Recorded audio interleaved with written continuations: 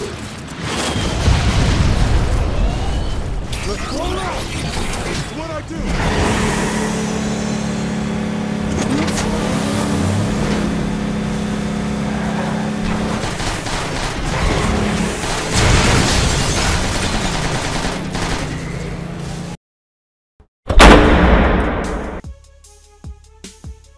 Transformers.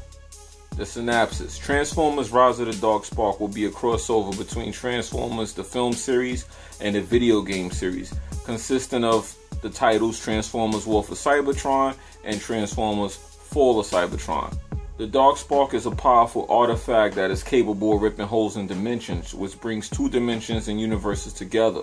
The story will take place before the Ark is launched in the Fall of Cybertron, while in the alternate universe, it takes place during events of Age of Extinction and its aftermath. Gameplay. The console and Microsoft Windows version of Transformers Rise of the Dark Spark will be a third-person shooter. Much like the predecessor from High Moon Studios' Transformer War of Cybertron and Transformers Fall of Cybertron, and Transformers Dark of the Moon. The game will have a single-player campaign that will let players choose whether they would like to be the Autobots themselves and protect Earth, or the Decepticons themselves and destroy Earth. This would be the story in the escalation mode. The online multiplayer mode with 4 players fend out waves of increasingly tough enemies returns with additional upgrade of defenses. The mode will feature over 40 playable characters and will have levels based on Cybertron and Earth. Escalation mode is absent in the Wii U and 3DS versions of the game. In addition, experience points collected by players in both single-player and multiplayer will be shared. The 3DS version of the game is a strategy RPG. Melee combat is turn-based. The player is given 3 rounds to deplete the opponent's health. If successful, the enemy is removed from the overworld map. The player can choose from 7 different attacks, each with its own recharge time after its own use. Combat will use 3D rendering character models, while the overworld screen uses 2D sprites.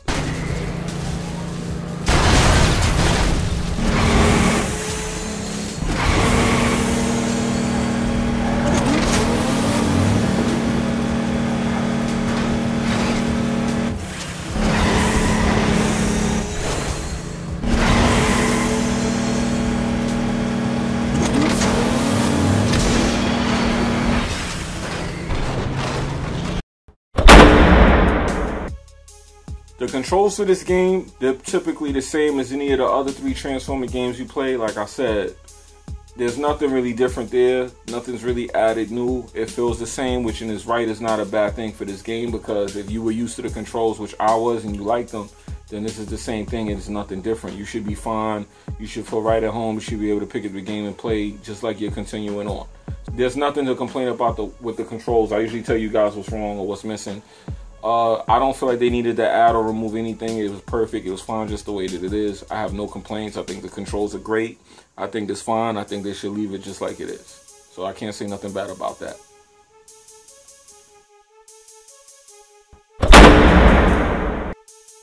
Graphics. The graphics in Transformers Rise of the Dark Spark, that was kind of an issue, because right now at this time with this game coming out, we're at a point where it's in between generations and consoles. So you have that lapse in quality where if you go to 360 and PS3, the textures look really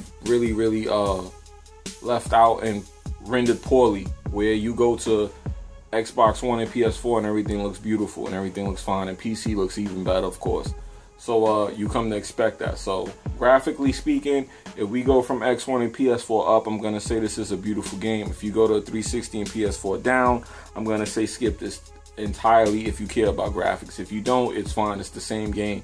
Just the textures don't look as quality as you would see in the new gen consoles. Last gen console textures look terrible in this game. So that's where I have a problem with the last gen. As far as this game, if you have the next gen, you're good. If you don't, then yeah, you may have a problem with the graphics. The campaign is 14 chapters. However, the campaign is actually not very long at all. You'll beat the campaign within 4 hours, and that's playing like mildly, not going hard, nothing like that. So the campaign is actually pretty short, and doesn't have really much any replayability. I suggest that if you plan on buying this game and you're not a fan, you look forward to the multiplayer. which actually isn't a bad thing, but I haven't gotten to play too much of it or touch on it at all to really give it a review. However, like I said, if you're not a fan of the game, you may be a little skeptical of the amount of content it's going to give you unless you're looking forward to that. With that being said, I wouldn't look forward to too much more from the game other than fan service. If you're a fan of Transformers, you'll like the game. You should enjoy it. Is it worth keeping? Like I said, all of that depends on multiplayer and how much you like it. The type of multiplayer provides is similar to Gears of War. If you're into that type of multiplayer, then you should be fine. Other than that, you may not like it or want to keep it. You may want to trade it. So that's why I said if you're not a fan, you may want to rent the game. If you are a fan, you'll probably want to keep the game. I'm going to be online playing, so I'll keep the game. I'm a fan, I'm going to keep it. As far as the characters, Autobots, you have Bumblebee, Cliffjumper, Drift. Drift is a new one in this one. Grimlock, Hound, Ironhide, Jazz, Jetfire, Optimus Prime, Ratchet, Sideswipe, and Straff. Decepticons, you have Blastoff, Brawl, Bruticus, Hardshell, Kickback, Lockdown, Megatron, Onslaught, Scrapshot, Shockwave, Skyscraper, Slipstream, Soundwave, Starscream, Stinger, Swindle, Thundercracker, and Vortex. So you have a long roster of people to play with and that you'll see appearing in this game. And you have other surprise guests in DLC to be announced at a later time. Overall, I think this is a good title. It's a solid title. There's a lot of funny stuff going on with the multiplayer, whereas I'm hearing that the modes are going to be added later, at a later point in time, and I find that to be weird, and I'm kind of skeptical of seeing that after I saw what happened with GTA 5, with the online being added 2 weeks later and it being a fucking freak show, horror fest.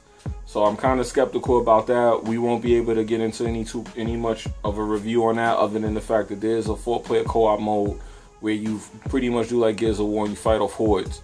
Outside of that, I'm hearing they're going to add other modes, so I can't speak on it at this time to give you an honest opinion of it until it's released. And then I can tell you what I think. But as of right now, it looks typically good. Is it worth $60? I won't know because I haven't played it. However, like I said, if you're a fan of Transformers, this will give you a reason to keep the game and play it longer. So I think it's a good thing. I think you should check it out. I'm not going to make this review too long. It's going to be short and sweet and to the point since I did a first impression. My overall score for this game would have to be a 3 out of 5. So I recommend that you get this game if you're a fan. If you're not a fan of Transformers, you may want to rent or skip this game entirely. I don't think you should skip the game considering all the games that are out at the moment. But however, it's not dire need to get. This is my review of Transformers Rise of the Dark Spark. Should you get it? Yes, if you're a fan. If you're not a fan, you should try it. Check it out, rent it. You may like it. You may become a fan. This will make you a fan. So, me being a fan, yes, you should get the game. This is Jimmy and I be gaming, and I'm out.